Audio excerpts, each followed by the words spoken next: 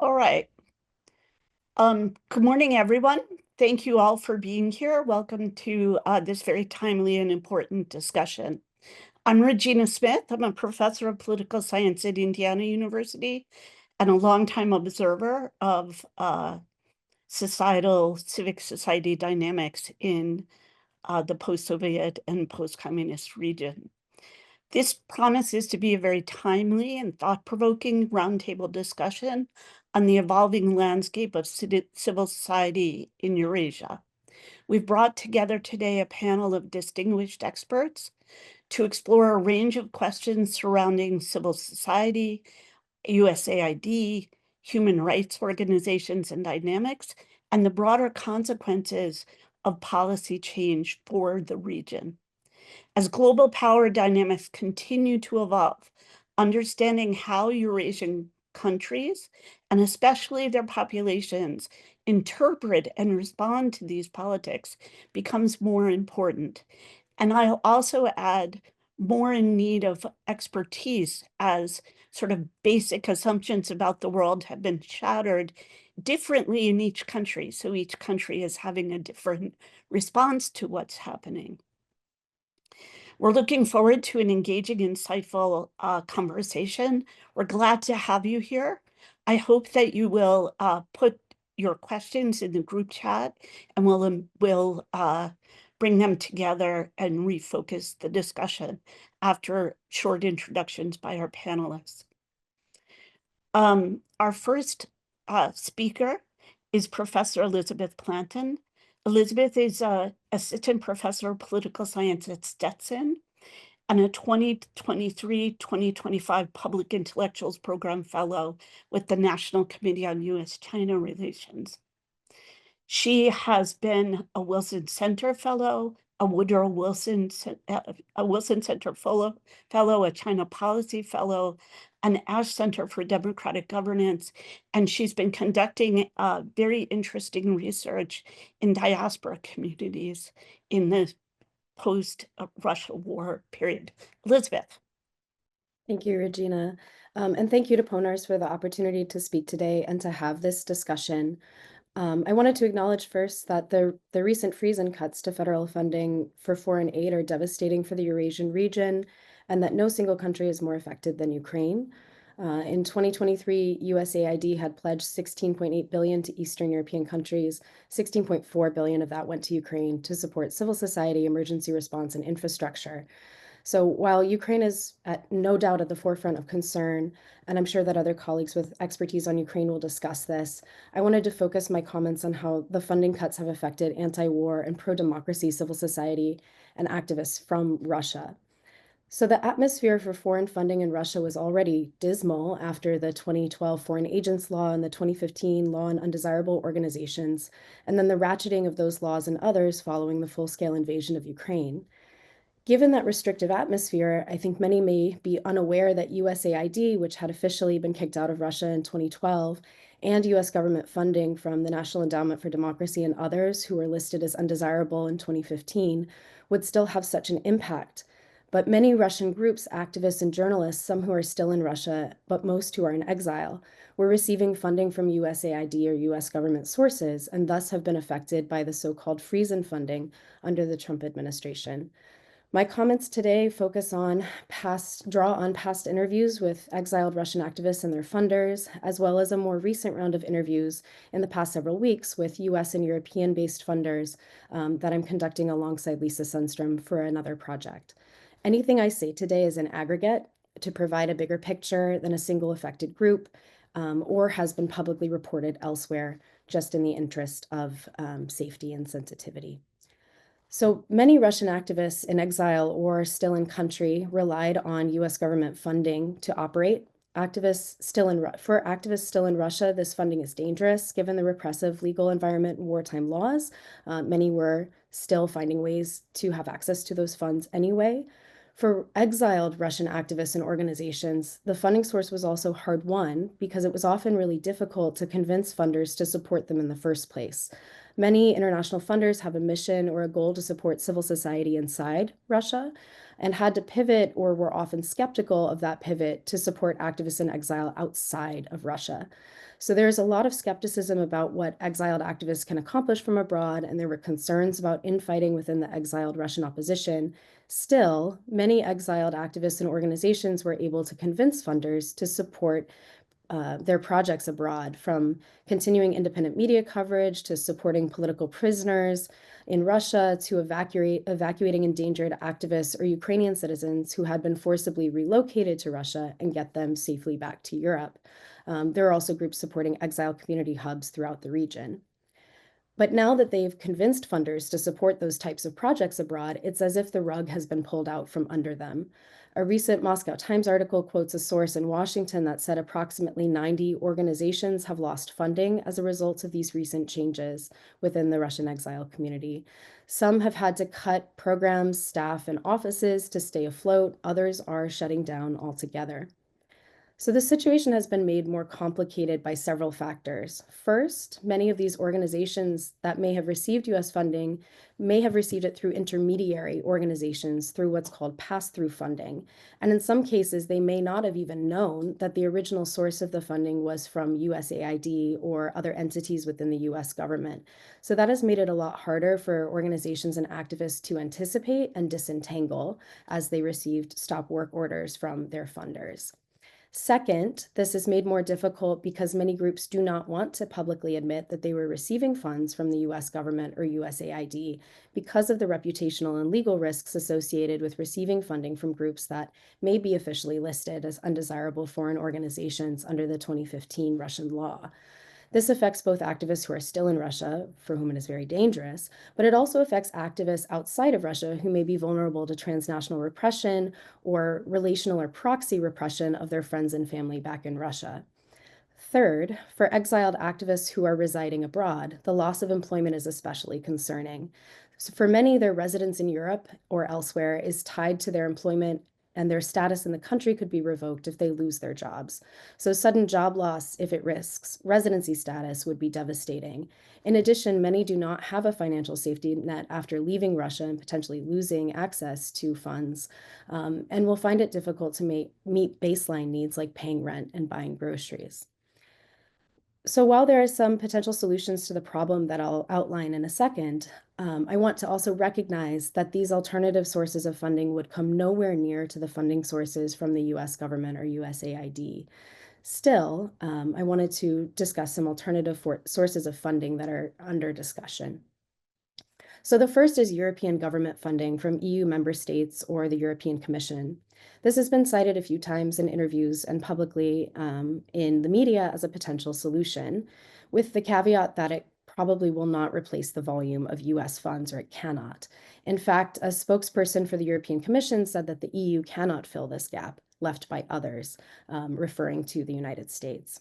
The second possible solution is to look to private foundations or funding.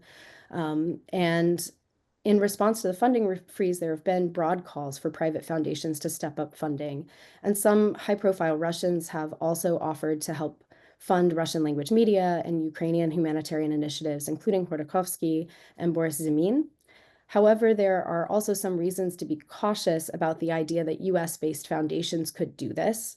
The media has reported rumors of another executive order that could be coming that would affect nonprofits' 501c3 status in the United States, which in the last couple of days leading up to Earth Day really focused on the potential that the executive order could revoke tax-exempt status for environmental groups working on climate change. But there were also other rumors circulating along with that one that international philanthropy could be targeted by an executive order that limits grant funding overseas. So there will be already a lot of pressure, I think, on private foundations to support American higher education and other types of groups that have lost their funding or may see it under threat. So there may be additional strain on and competition over those resources, in addition to uncertainty about the types of executive orders that may still be coming. A third solution that has been discussed often among exile organizations and activists is crowdfunding, which would provide temporary or emergency funding to fill budget shortfalls, but it's not a sustainable way to move forward and wouldn't be able to provide the same types of operational or program funding. Still, a lot of organizations are hosting webinars and trainings about crowdfunding in recent weeks, directly citing the increased need after the loss of US funding. In addition to concerns about frozen or cut funding, there are other reasons for the Russian and broader Eurasian civil society community to be worried about recent developments under the Trump administration. For example, a few weeks ago, US media outlets reported a leak of a spreadsheet that the State Department provided to Congress that included sensitive information about foreign grantees. And some of those organizations received ultimatums about making this information public or risking a loss of funding, like putting it on their website. So much of this information used to be publicly available, but as countries like Russia tightened control over civil society with laws like the 2012 Law on Foreign Agents and the 2015 Law on Undesirable Organizations, US government funders and private funders became much more flexible and careful about publicizing that information for the safety of their grantees and their partners. This information was closely guarded, and the leak potentially puts many grantees in harm's way. In the meantime, Russian state media has welcomed this news and sees it as validating a key Kremlin narrative that these groups and activists were Western supported and directed. And it's hard to see what is happening and not think about this as checking off another item on the Kremlin's wish list. Eliminating USAID and US government funding for Russian civil society organizations, particularly those working on democracy and human rights, is something that benefits the Putin regime. It also affects other democracy and human rights activists and groups from autocracies around the world, including throughout the Eurasian region. Belarusian exiled activists and organizations have been particularly hard hit, for example. And then the other case I know well, for Chinese civil society organizations and exiled activists, they're facing similar obstacles from cuts to funding that I just described. So the plight of Russian exiled activists and organizations are but one example within the broader context of the consequences of these cuts. Furthermore, these developments risk American national security, weaken America's global influence, and empower autocrats from Moscow to Minsk to Beijing. So it's hard to see a clear path forward amidst all this uncertainty, but there is an urgent need to do so. And I do welcome the opportunity to have this discussion to highlight these challenges and seek solutions. Thank you. Thank you so much, Elizabeth. Our next speaker will be Sebastian Peyrus. He's the director of the Central Asia program and a research professor at George Washington University. He's an expert in Central Asian politics, socioeconomic issues, Islam, religious minorities, and regional geopolitics in China, India, and South Asia. So let's turn to Sebastian. Thank you very much, Regina, and thank you to Marlene Ponas for having organized this event today. So I'm going to focus on Central Asia, and as we're seeing, in other parts of the world, recent U.S. geopolitical shifts are raising many questions in the regions, and one likely consequence is a reduced strong reduced American engagement in supporting civil society in the region. And this is causing many serious concerns among local civil society activists in Central Asia. Now, a point that I want to emphasize is that such concerns are actually not new. They were already being expressed to me well before Trump's return to the White House. So what I would like to do, in the short time I have today, is to explain where things currently stand in terms of civil society in Central Asia, especially in the light of the previous US support and the implication on this ongoing geopolitical shift. And what I share with you today actually draws on three different research projects I've been conducting over the past 3 years on civil society and US engagement in the region. And for two of these projects, I actually carried out about 125 interviews with civil society activists across all Central Asian countries, including Turkmenistan. But I'm of course aware that 125 interviews is a small sample, but what I'm going to say today it does not claim to represent the opinion of Central Asian population, but still I'd like to bring what my interviewees reported to me and how actually they perceive US involvement in the region, especially in this new context. So First of all, of course, all Central Asian countries are different, but overall, what we see in the region is that is a persistent and even an increasing authoritarianism, which means, tight restrictions on civil society organizations through control over their activities, a limitation on access to funding, especially from foreign sources, and the repression of activists. But despite this difficult context, the United States has remained engaged in supporting civil society in the region. So what we had before Donald Trump came back to the White House is that the United States, for example, was actively supporting CSOs working in areas like economic and social development, for example, let's say in education, in healthcare, or to prevent violent extremism or non-discrimination. And I would say that this commitment was really unanimously welcomed by all the CSOs representatives I interviewed. And in fact, actually, several of them encouraged the US to go further, especially on issues like, let's say, interethnic relations and gender inequality. But and I think this is a key point I want to emphasize today, all of the CSOs I interviewed shared that US funders, despite their stated engagement, are doing very little to support the development of a free civil society. I mean, organizations that are not only able to act and express themselves independently, but also to operate outside of government controls or directives. And a major concern raised by the majority of organizations I spoke with is that over the past 2 decades, US donors have engaged in a kind of self-censorship, which has resulted in a retreat from programs focused on democratizations and on authoritarianism. So according to activists I interviewed, the US approach actually often fails to challenge, the preferences of Central Asian governments. I mean, their approach, which favor apolitical technical aid projects. So this actually reinforces a status quo where the few genuinely independent CSOs are pushed to the margins of public life and are prevented from participating in the formulation of state policy. Now, of course, the closure of NED, of USAID, raises even deeper concerns. I mean, I conducted recently a series of interviews with Tajikistani activists after January 20th.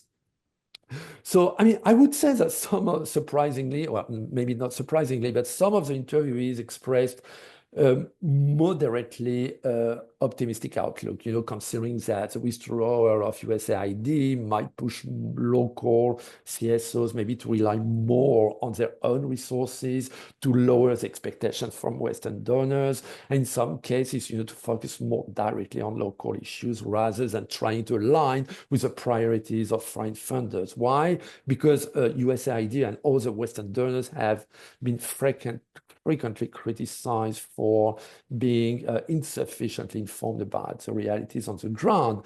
And I'm happy to come back on that during the Q&A. But overall, despite some more hopeful perspective, there is a widespread anxiety and concern across civil society regarding what comes next. So let me mention a few points here. First, this shift means increasing difficulties in accessing funding. Generally speaking, many independent CSOs in Central Asia rely heavily on foreign support. In Uzbekistan, for example, around 90% of such organizations depend on external funding. Here again, I want to specify that concerns over US funding are not new. I mean, local activists have been complaining for years that many foreign donors tend to work with only a very limited number of local partners. So again, I want to be careful not to overgeneralize, especially, I mean, the short time I have, but broadly speaking, over the past 10 years, funders like USAID have significantly reduced the number of local organizations they partner with. Instead, they have shifted toward larger consolidated projects which involve smaller groups of trusted foreign and local actors, which are seen as easier to manage, especially when compared to funding multiple smaller initiatives, which would require more administrative oversight and staff. So due to the lack of funding, many CSOs in Central Asia are inactive, but now I'm afraid that this situation is likely to worsen. And this high number of inactive CSOs is something we need to keep in mind when governments in Central Asia speak of a flourishing civil society, often pointing to the thousands of CSOs officially registered. What I want to say is that registration does not mean activity. If you take the Kyrgyzstan, for example, I mean, you have only 7,000 out of more than 20,000 registered CSOs, which are actually operational. Or in Tajikistan in 2024, there were around 20,000 registered NGOs, but more than half of them are inactive, and many of them will likely disappear in the near future. And this inactivity is also a tool for some authoritarian regimes to further restrict and control civil society. In Tajikistan, for example, the authorities retain the right to shut down organizations that have been inactive for 6 months or a year, I don't remember exactly, but this rule is not always applied, but it's used selectively, but mostly against organizations which are seen as too independent or involved in sectors which are not approved by the government. Of course, I mean, the situation again varies widely across the region. I mean, the Central Asian countries are increasingly different from one another, but many activists I interviewed said they feel increasingly isolated and abandoned. And there is a strong sense of fatigue among civil society actors who are forced into what they see, as an unequal struggle against a deepening state authoritarianism. That being said, I mean, don't get me wrong, I'm not saying that people, especially young people, are not willing to get involved. I mean, I'm just coming back from Kazakhstan, where I had very engaging conversation with young people, with students about civil society. Many of them were really enthusiastic and genuinely motivated to participate. But generally speaking, the environment, the political environment they face is making that harder and harder. Another concern, I have to move fast, but another concern is that with the US decreasing support, we're likely to see the civil society even more co-opted by the political authorities. A huge majority of CSOs in Central Asia are considered as gongos, meaning funded by the government and totally controlled by the government. Now, another question is the decrease of interest likely to increase the engagement of other countries? So, well, first of all, of Russia. Well, Russia has been already significantly engaged, but also of China. I mean, frankly speaking, I don't have extensive information on this, but several interviewees were increasingly concerned, for example, about China being increasingly involved in local society. I mean, particularly, of course, in supporting its own vision of civil society, which is definitely not characterized by freedom. Other democratic countries are, I'm afraid, unlikely to increase their engagement or even engage in supporting local CSOs. I mean, Japan and South Korea, for example, which are 2 countries which have been engaged in the region since independence, have consistently said that they will not be involved in the democratization process in the region, which means that while they may increase engagement in other areas, such as economic infrastructure projects, they are unlikely to focus on civil society development. And the European Union, for example, is unlikely to boost its involvement. I'm not very optimistic about that. The EU has a broad agenda with very limited funds. So it's likely to remain much more engaged in other countries in the years to come. I'm thinking of Ukraine, which is good, of course. but it's facing many of the same challenges as the US in terms of engagement in the region. And so my very last and quick point is that the other concern is that we might face now further legislative tightening in the region. For example, in Kazakhstan, new foreign agent law is being discussed, which is officially aimed at regulating foreign-funded NGOs and media. And critics argue that this law is actually redundant, given existing mechanisms like the foreign funding register, and it's actually likely to significantly impact civil society by introducing even stricter oversight, and particularly on organizations focused on human rights and media freedom. So just one word to conclude is that, I just would like, I'm trying to report, the disappointment and the anxiety of many civil society activists I interviewed. Many of them actually were telling me, Central Asia right now is at a moment because there's an atmosphere among the population of disappointment or even of resentment, due to social issues, to corruption, to authoritarianism. All of that, combined with war in Ukraine, its economic and geopolitical impact, and also, even after the war in Ukraine, the willingness for Central Asian presidents to adapt their policy to balance their relations. So they believe that in this context, it would be the right moment for foreign stakeholders, and especially for the US, to be more engaged, including in promoting a free civil society, human rights, and generally speaking, all the values that Central Asian countries, by being members of the OSCE, are actually supposed to implement. And I'm going to stop here. Thank you. Thank you, Sebastian. That was great. Our third speaker today is Sarah Wilson-Soki. Sarah teaches at the University of Colorado, where she's an associate professor of political science.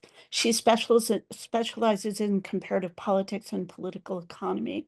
She has a broad range of expertise across our region, and is a prize-winning author with her 2017 book, The Political Economy of Pension Reform, Reversals in Post-Communist States. Sarah.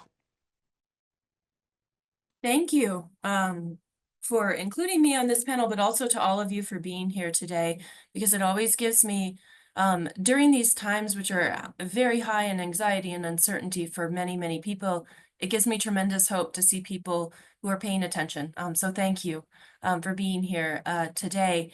And following on our two other speakers, I think that what I have to add is there's really only two things that I want to tell you. Things are very bad, and I think you should listen more to Ukrainian voices. And I'll say more than that because I'm a good academic. I won't stop quite that briefly, but there are two links that I want to put in the chat for you to that end, because I do think one of the things that hopefully that I can do is to amplify Ukrainian experiences and voices in this. And so the links that I'm putting in the chat that everyone should be able to see is a speaker series that I helped co-organize with my collaborators who are based in Ukraine, and is really the source of my recent knowledge and experience with civil society in Ukraine and what's happening for people there. And I really don't want to sugarcoat the situation or in any way diminish how bad it is at this moment for civil society in the region, as Elizabeth and Sebastian have already emphasized, and how bad it is for civil society in Ukraine. And I appreciate Elizabeth giving really specific numbers on that this is uniquely bad for Ukrainian civil society at this moment, but is devastating in the region of the post-communist, post-Soviet world and arena as well. And it's devastating in a practical sense that there's tremendously less funding, uncertainty, programs closing down, less collaboration, less morale. But for Ukraine, this is happening to a group of people who are currently at war. So when I was going to bed last night, I had my colleagues in Ukraine texting me videos of the bombing of Kyiv last night. When 70 people were injured, at least 10 people were killed. There's at least 6 children that were affected by that bombing of Kyiv, and not just drones, but longer range missiles hitting the capital of Ukraine. And so this is Now it's old news. So in the sense of a news cycle, it's a bit boring for people, and I understand that, but not for you as the audience that has joined us today, which is why I'm grateful that you're here. But so there's a very practical consequence for Ukraine, but it's happening to people at war. So it's just compounding this already horrific situation. And what I was thinking about as our other speakers were talking is that I think part of the political climate in the United States is this sense that civil society in other countries is not our problem as American citizens, that it's not the problem of the US government, and that we should be getting out of it. And I would strongly object to that, that it is very much in US interest to care and be engaged in civil society in other countries. And one of the biggest reasons is that if it's not the United States doing it, that does create a power vacuum, and other actors will move into that, like China and Russia and other major powers. And so this is very much, and I don't know who all of you are, but some of our audience, I'm assuming is maybe largely based in the US, although maybe I'm wrong about that.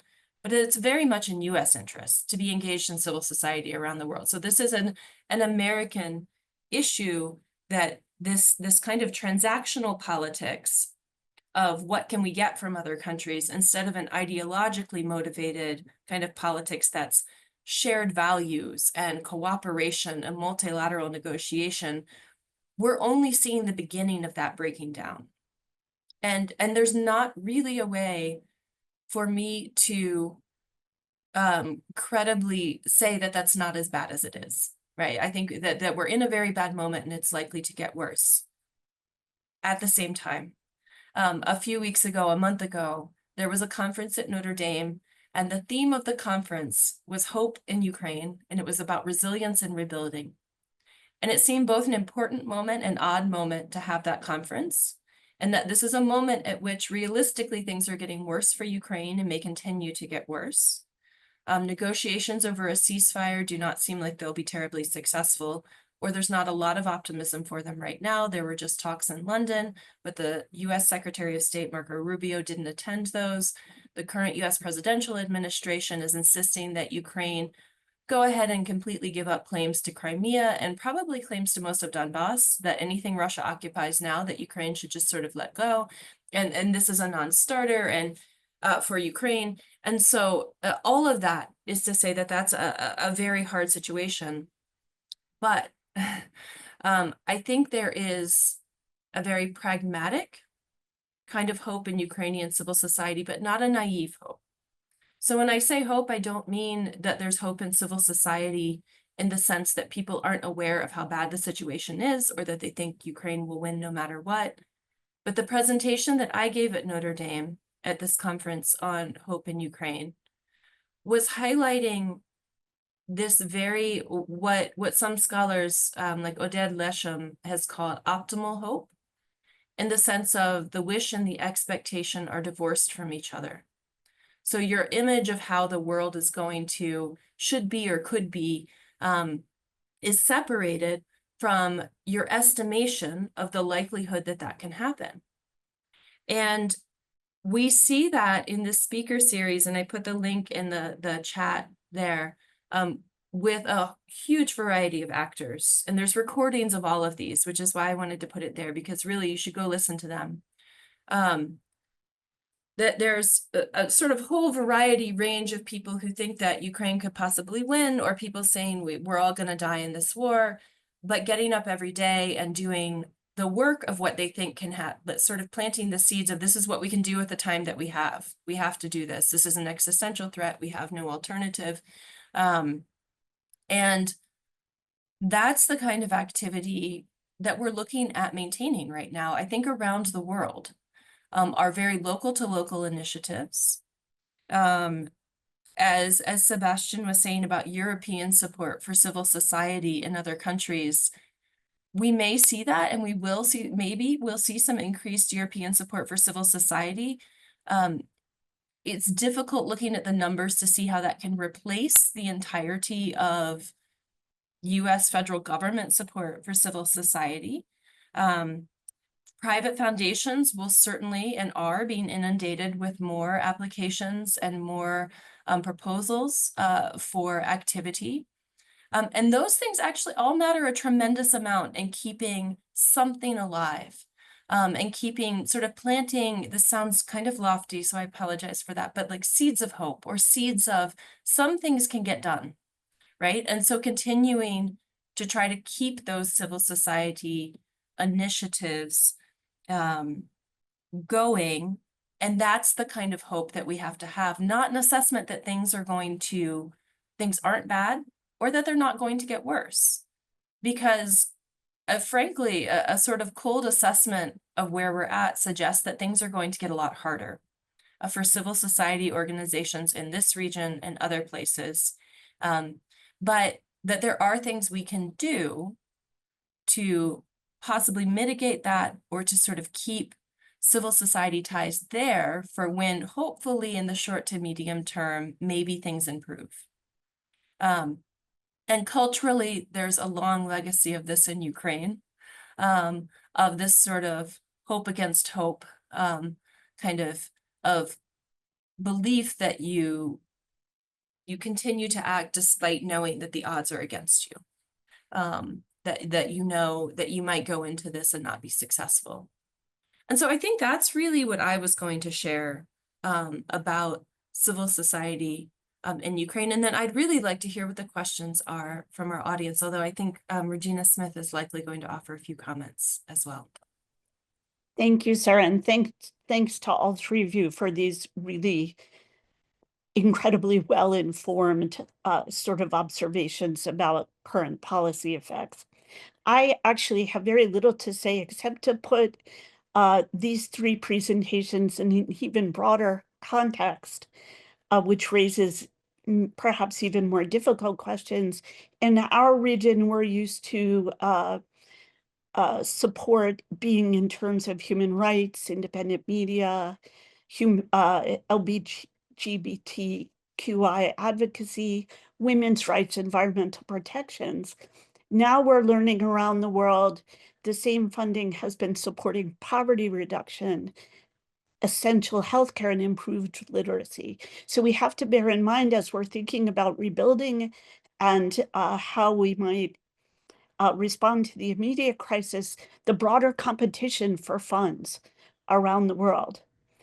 I am very concerned not only about the health of organizations in the short term, but the medium-term support for the broad leadership community and the advocacy communities that have emerged to support issue advocacy and political and social participation across our region that has created an informal set of networks among cross-national players that allow for learning and diffusion of ideas. So the cost for me goes well beyond these very short-term stresses on the organizations or even redirection to communities of people who made the future much brighter, in my opinion.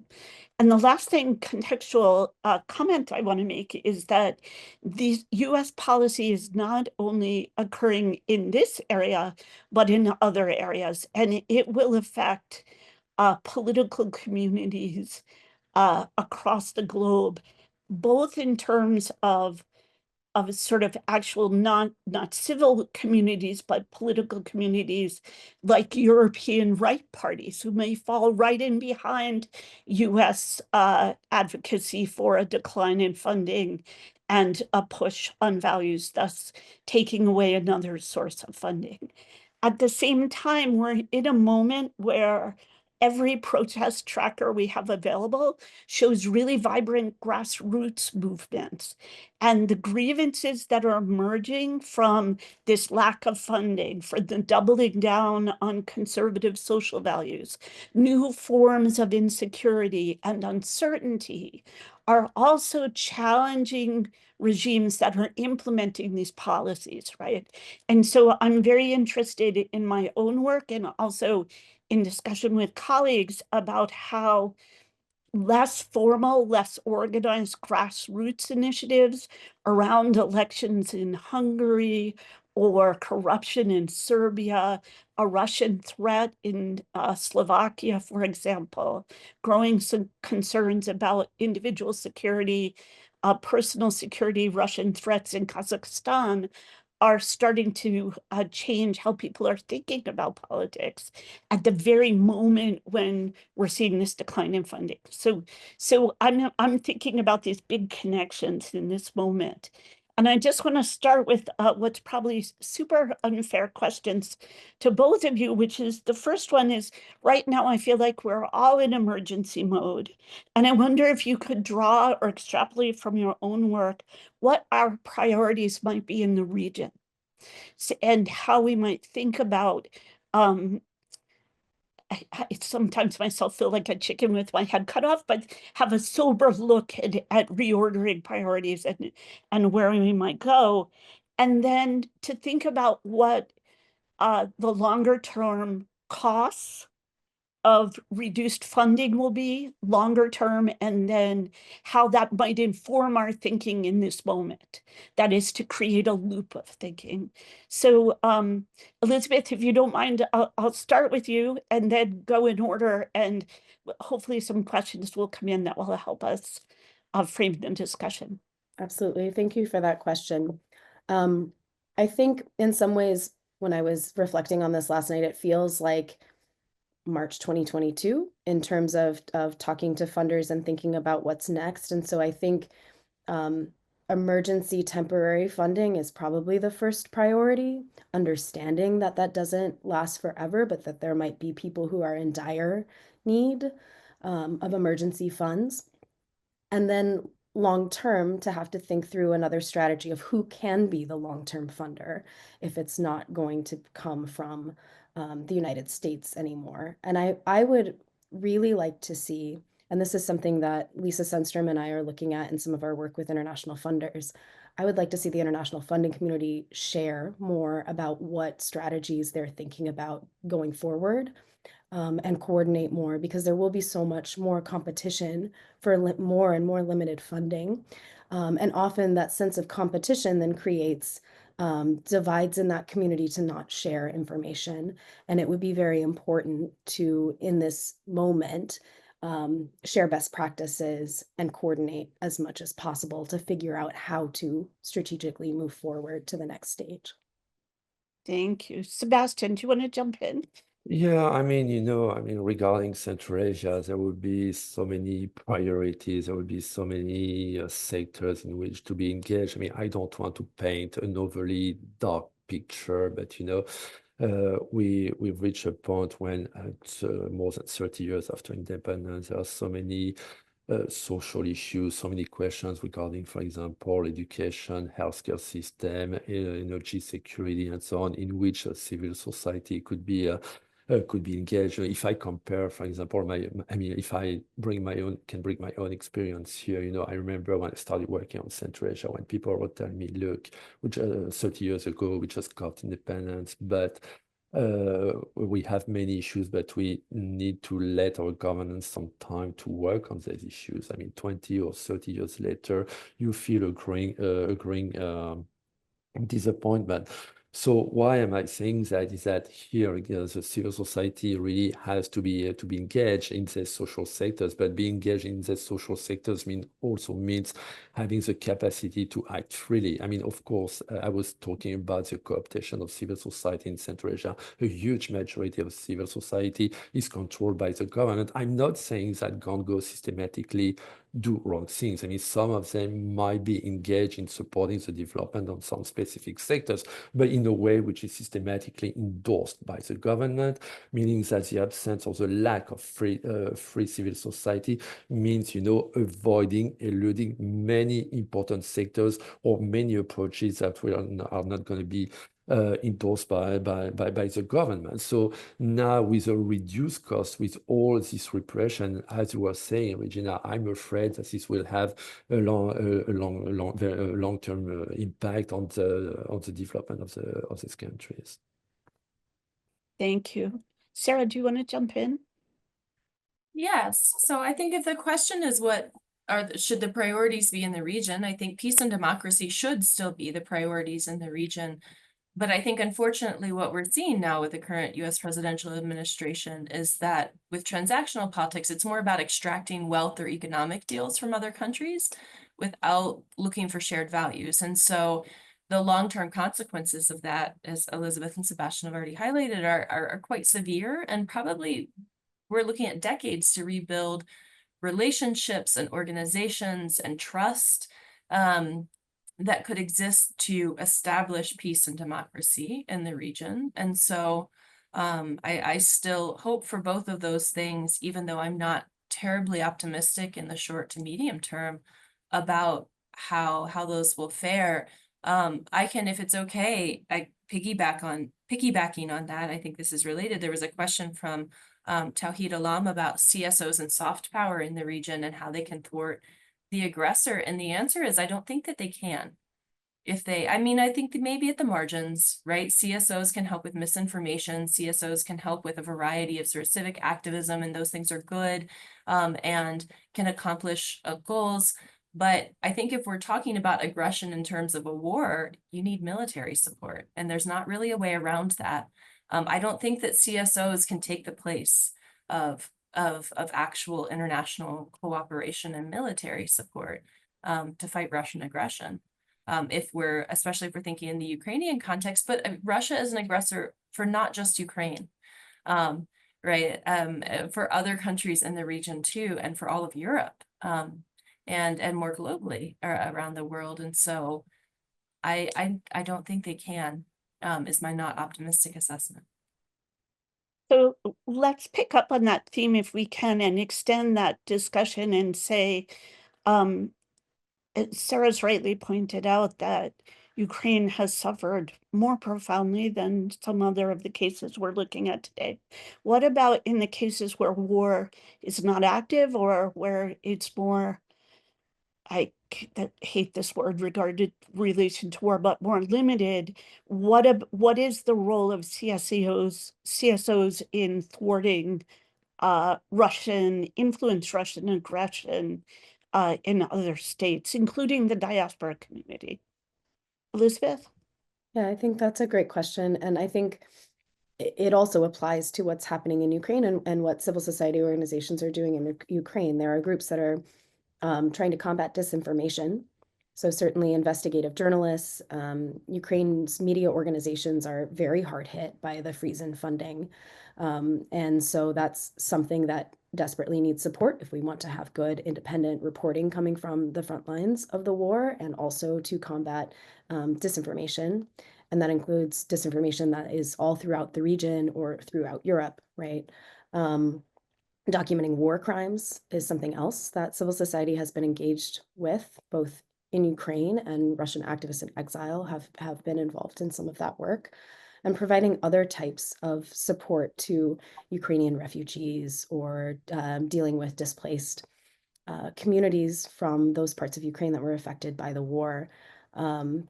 There's a lot, I think, that civil society can do. It doesn't substitute, certainly, for military support, but I think that there's a supporting role to be played there in several ways that are essential, and it can be very dangerous, I think, if there's a vacuum there to not address some of those things that these groups are doing.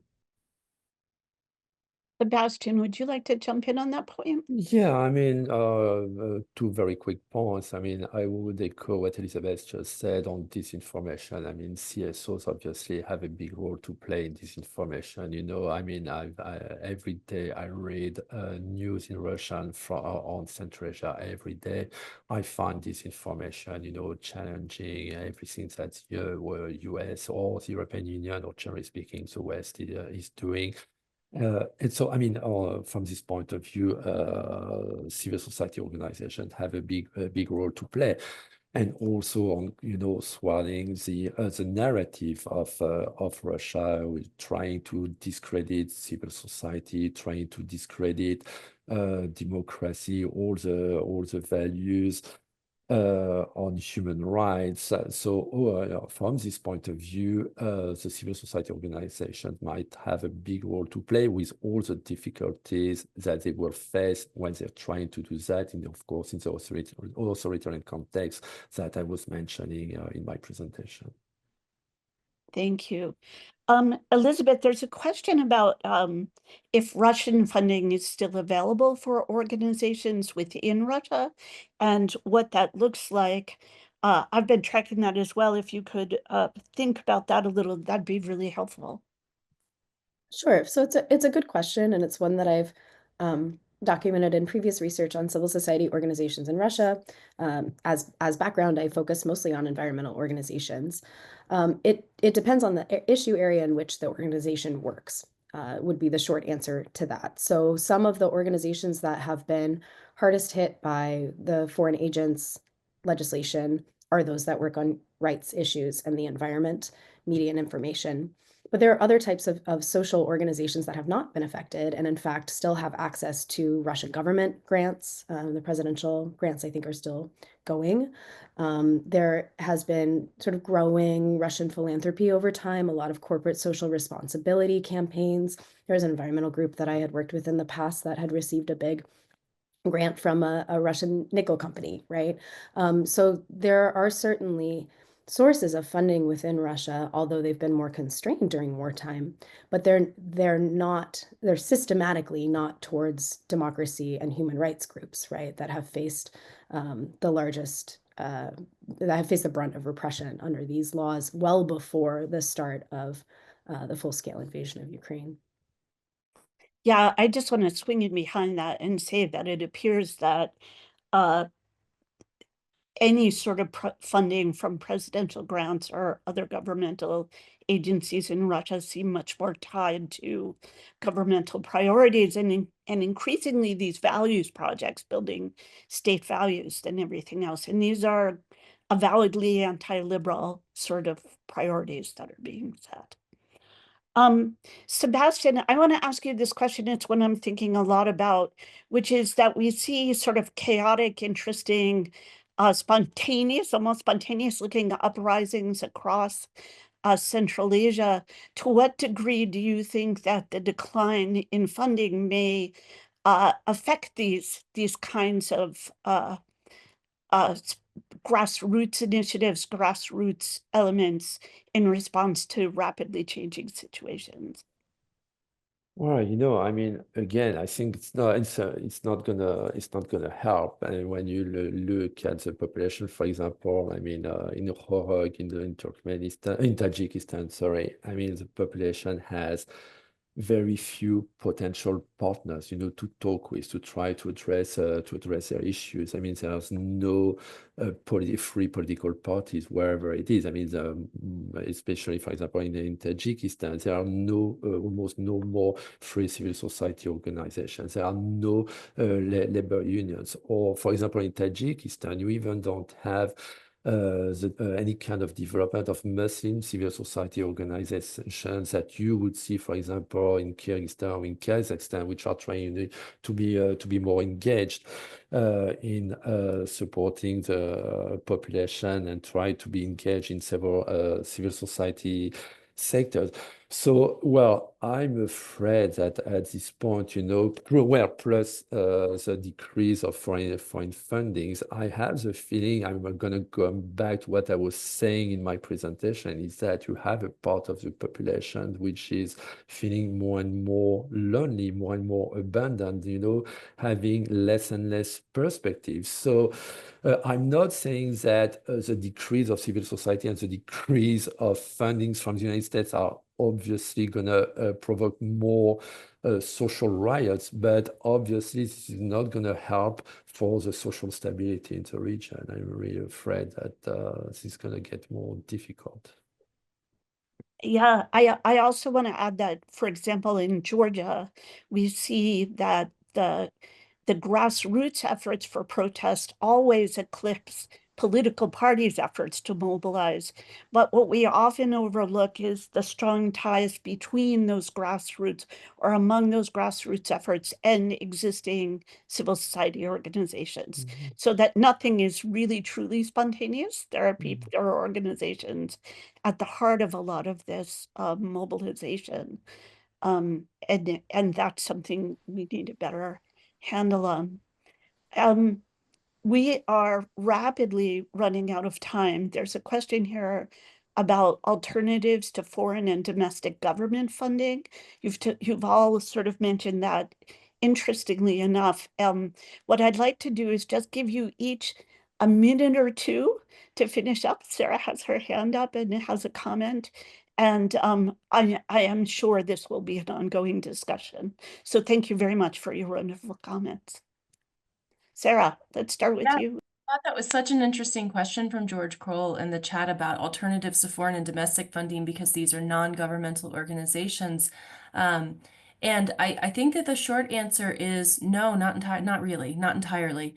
But I really sympathize with, or not sympathize with, but I really like, I think that's such an interesting question because I think what we've undervalued for a long time is that even in countries like the United States, non-governmental organizations often work very closely with the government.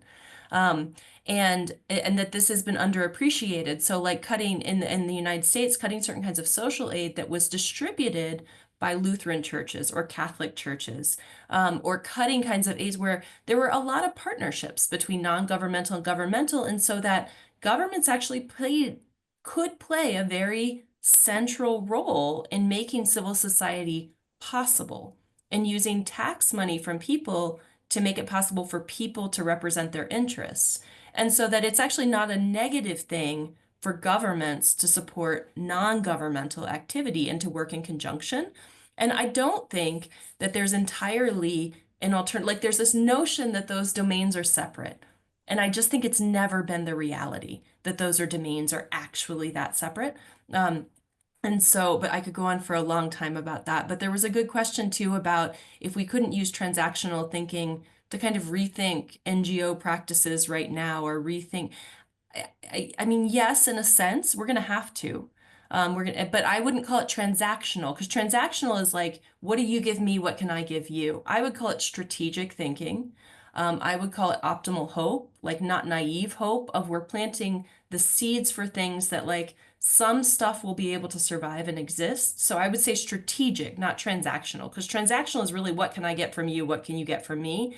And without any guiding ideology or values or shared values cooperation, you just have total constant uncertainty and you don't have stable equilibriums because everything can be renegotiated at any point, right?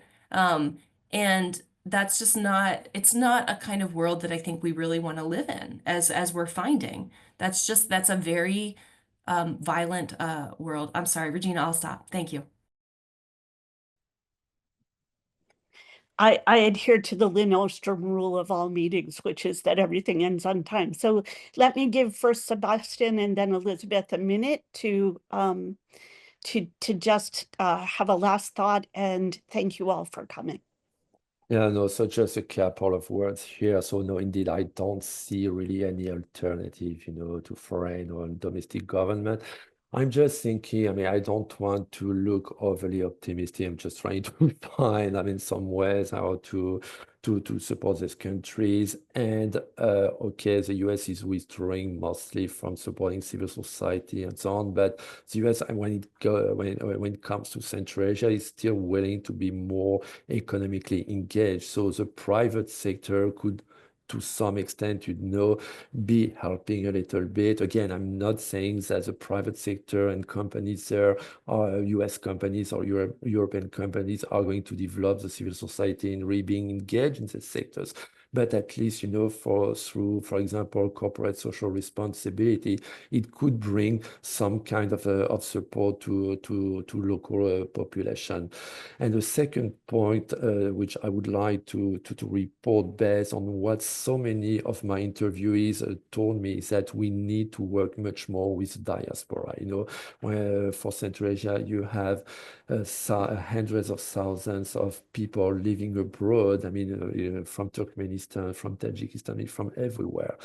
And those people are abroad because they have no choice. Most of them, they don't want, even if they're in the United States, even if they're in Europe, most of them want to come back, but they left because they had no choice. They had no perspectives, they had no jobs, they were facing many social issues there. But these people want to come back.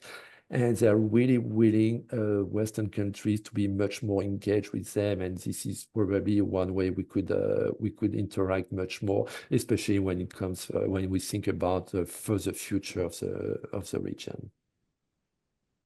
Thank you. Thank you so much. Elizabeth, last word. All right. So I would say what was said in the chat about thinking of how to restructure and refocus on best practices or spending efficiency.